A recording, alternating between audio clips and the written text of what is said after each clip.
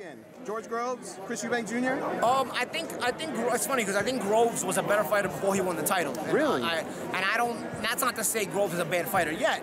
I think Groves just happened to fight tougher champions when he fought Froch and when he fought what was his other loss against Badu Jack. I think they were just tougher champions. And although he was a better fighter at that time, he just happened to come up against better champions.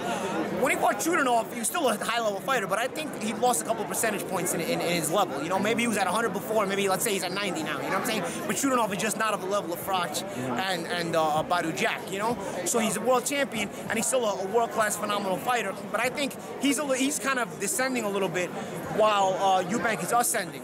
So let's see at what point they're meeting. Are they meeting at the point where Eubank ascended past them and Groves descended a little bit, or are they still meeting where Groves is still up above him? Because you also have to keep in mind there's a little wild card in there. Groves is the bigger man. He's a natural super middleweight. Eubank is a natural middleweight. I think it's a fun fight. I think it's a good fight, and I'm not going to get to watch it because I'm going to be preparing for the Rios and the Garcia Rios fight in the arena already by the time it comes on. How are you preparing for Garcia Rios? Well, we have to rehearse. We have to mandatorily. It's a mandatory.